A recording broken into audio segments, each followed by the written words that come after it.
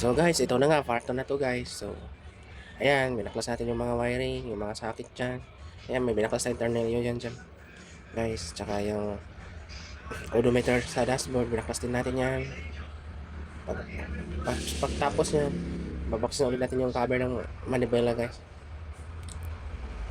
So, kung sa pag-DIY guys, careful lang po talaga kayo kung plano nyo po mag-DIY. So, simple lang tignan po ang trabaho ko, pero mahirap po talaga to. Kasi pag doon ka na mahirapan pag ibalik mo na yung mga binaklas mo kasi. So ayan guys. Ayan, tinanggal ko na yung cover ng manibela. Kasi kailangan talaga tanggalin yan guys kasi hindi mo maluluwagan yung manibela dyan kung hindi mo tatanggalin yan. So ayan, tinanggal ko na yung mga bolt dyan. So ayan na nga, malapit na tayo.